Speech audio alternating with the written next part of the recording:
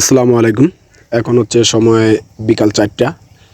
আর এই যেই গাছগুলো আমরা গরুরে দিছি এই গাছগুলো আগেই আমাদের আনা ছিল, তো গাছগুলো এখন দিলাম। আর গাছগুলো আপনার গরু একবারে নতুন তরতাজা ঘাস পায়, দেখতেছেন কীভাবে খাইতেছে। তা আমরা সকালবেলা হচ্ছে আপনার আমাদের ধানের জমি থেকে ধান কাইটে আনছিলাম, যেগুলোতে অল্প অল্প ধান ছিল, ধান হয় নাই তেমন একটা। ওইগুলাই সকাল থেকে এই পর্যন্ত খাওয়াইছিলাম, মাঝখানে পানি খাওয়াইছিলাম সকাল একবেলা, আর হচ্ছে কিছুক্ষণ আগে তা পানি টানি খাওয়া হচ্ছে। এখন এই গাছগুলো দিলাম, আর এই তাজা গাছগুলো পায়া গরু দেখতেছেন কিভাবে খাইতেছে, মনে হইতেছে যে একবারে ঈদের মতো খাইতেছে খুশি হয়ে। তা গাছ আসলে এখনও ওইভাবে আমাদের গাছগুলো বড় হয় নাই, যেগুলো রোপণ করছি। তো ওই গাছগুলার ফাঁকে ফাঁকে হয়েছে গিয়ে এই দুলবা গাছগুলো বড় হয়ে গেছে। তো এই জন্য হচ্ছে এই গাছগুলো আমরা কাইটা নিয়ে আসছি, আর এগুলাই খাওয়াইতেছি। তো এই দুলবা গাছগুলো আমরা আরও 3 থেকে 4 দিন খাওয়াইতে পারবো ইনশাল্লাহ।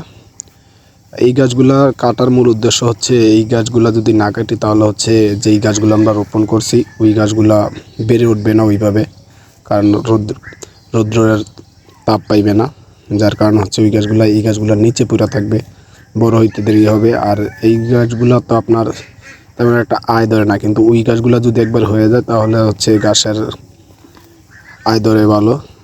দেখা গেছে কি ওই গাছ এক করা গাছ আপনার 4 দিন 5 দিন খাওয়াইতে পারবো, কিন্তু এগুলা তো সম্ভব না।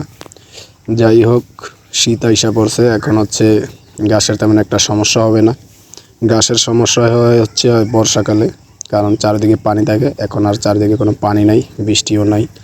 আর এই যে দেখছেন এই জায়গাগুলো আমাদের অনেক স্যাঁতস্যাঁতে একটা পরিবেশ হয়ে থাকতো, যার কারণে দেখতেও খারাপ দেখা গেছে, গরুরও থাকতে কষ্ট হইতো।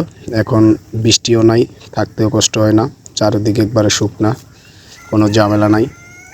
তবে এই গরুটা আমাদের কিছুটা অসুস্থ, এটার চিকিৎসা নিয়েছি, খাবার দাবার কম খাইতো, এখন ইনশাল্লাহ খাবার দাবার ভালো খাইতেছে, কিন্তু সমস্যা হয়েছে এটার শুকায় যাইতেছে দিন দিন। তো এটারও ট্রিটমেন্ট নিতে আসি আস্তে আস্তে। আর এই গরুটা হচ্ছে আপনার প্রেগনেন্ট। এটা আমরা ওই দিন ভাবছিলাম যে একবারে বাচ্চা দিয়েই ফেলবে, আসলে ময়লা ভাঙছিল, কিন্তু বাচ্চা দেয় নাই। কী হয়েছে বললাম না, আমরা ভাবছিলাম যে বাচ্চা ওই দিনই হইবে, কিন্তু হয় নাই। যাই হোক, যেদিন হয় তো হবেই। এই যে দেখতেছেন এগুলো কিন্তু পানিতে ভরা ছিল বর্ষাকালে, এখন কোনো পানি টানি নাই, সব কিছু শুকিয়ে গেছে, একদম ক্লিন আছে আলহামদুলিল্লাহ, থাকতেও কষ্ট হইতেছে না। আর গরু এখন আমার 4টাই আছে, এই 4টাই আমি দেখাশোনা করি। এই 4টাই হচ্ছে আমার নিজস্ব, আর বাকি যেগুলো ছিল এগুলো হচ্ছে আমার ভাইদের।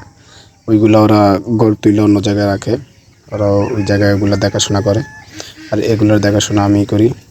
যাই হোক, সবাই দোয়া করবেন, পাশাপাশি চ্যানেলটা সাবস্ক্রাইব করবেন। ধন্যবাদ সবাইকে। আসসালামু আলাইকুম।